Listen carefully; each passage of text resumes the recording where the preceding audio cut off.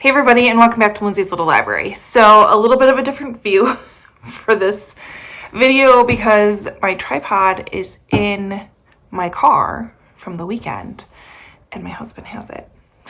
So I don't have it right now and I only have time like right now to film. So we're just gonna roll with it and it is what it is, right?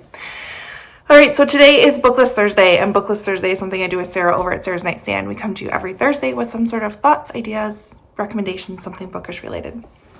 And this one is all for Sarah. It's all for Sarah.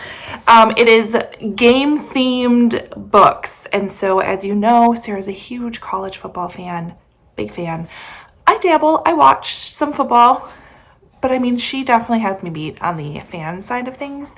And so in honor of college football kicking off, NFL, high school, all of the games.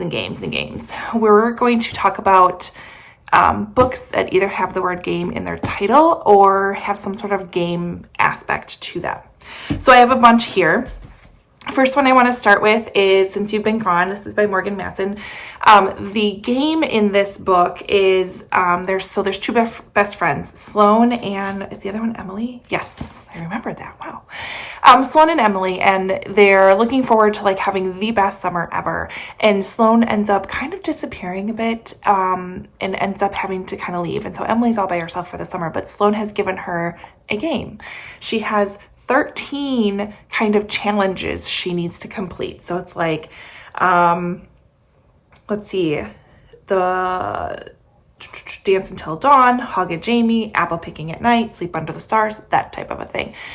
So she has to kind of complete this game. And Emily's like, well, maybe this is kind of a test for me to kind of get out of my introverted shell that I'm in. And if I complete these, maybe Sloane, maybe I find her. Maybe I figure out what happened to Sloane at the end. So it's a really cute YA. I enjoyed it. I actually put this on my daughter's shelf because I think she would really like this book too. But I enjoyed it. Next one I have is The Hating Game by Sally Thorne. I was fine with this book. It's not like I loved it, but I don't hate it. It's two co-workers. We have Lucy and I don't see his name, Joshua. And they're kind of competing at this job for like the one position that is going to be available. And they really dislike each other. But spoiler, it's hate to love. So guess what happens? That's not a super big spoiler, but yeah, snark between them, the things they do to each other. I find it a little funny, but again, not the best rom-com out there, but Hating Game.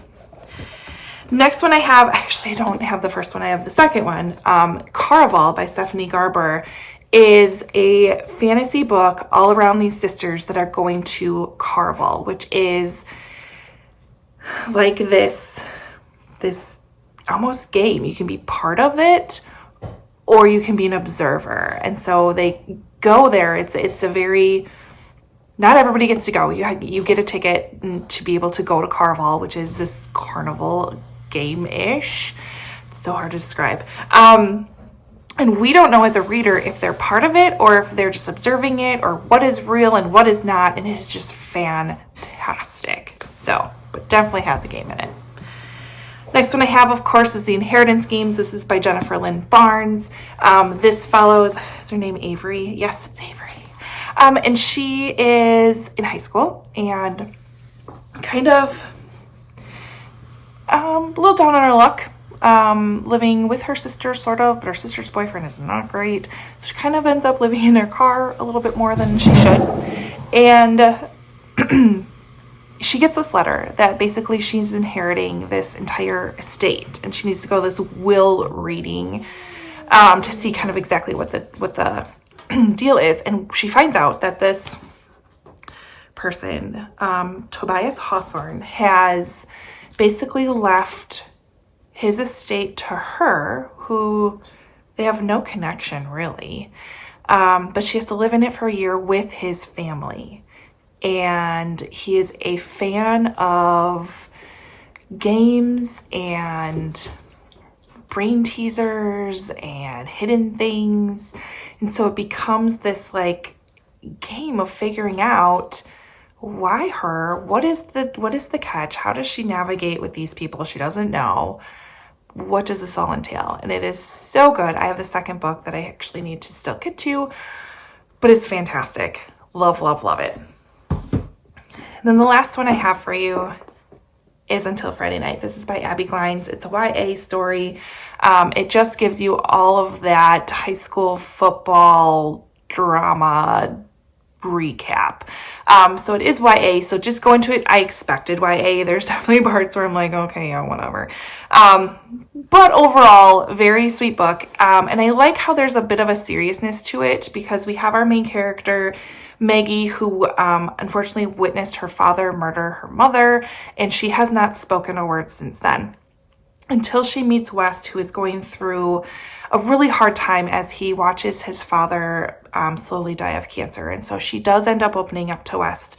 And they do have this very unique bond, trying to navigate life without either one or both of their parents. It is part of a series, so I feel like this was kind of just the setup of the relationship and them and how that kind of works. I'm interested in the second one. I'll probably just put it on my Kindle and kind of read it because it is a good like palate cleanser. But it's a really quick read and it definitely has football vibes because Wes is a football player and all of his friends are football players. So again, kind of takes me back to those days. Those were fun days. They were fun days. There's a part in here where she doesn't understand. She wants to be like part of the pep rally, so she borrows her cousin's football jersey and everyone's like, oh no, you wear your boyfriend's football jersey. And I'm like, yeah, that would have been me. Just not knowing. Anyways, it was a really sweet book. I enjoyed it. And then another one that I'm actually just looking at right here thinking, I'm like, how did I not think of that? This is the second book, but Ready Player One by Ernest Klein. Hello. Totally based on a virtual reality game. So the creator of this oasis, which is kind of where everyone hangs out in this virtual reality world because the world is just so crummy. So this creator of the oasis passes away and basically leaves all these Easter eggs in this virtual reality place, and whoever finds them wins his fortune. And so that's what book one is about. Book two, I'm not even sure. Another quest. An unexpected quest, two worlds at stake. Are you ready? So, yeah, I listened to the first one because it was read by Will Wheaton, which was a fantastic audiobook. I haven't read the second one yet. I haven't heard the best things about the second one yet. So I'm not sure. I don't know. Tell me, do I read it? Do I listen to it? What are your thoughts? Anybody read this? And it just happens to be sitting right in front of me. And I'm like, oh, that's a game. That works.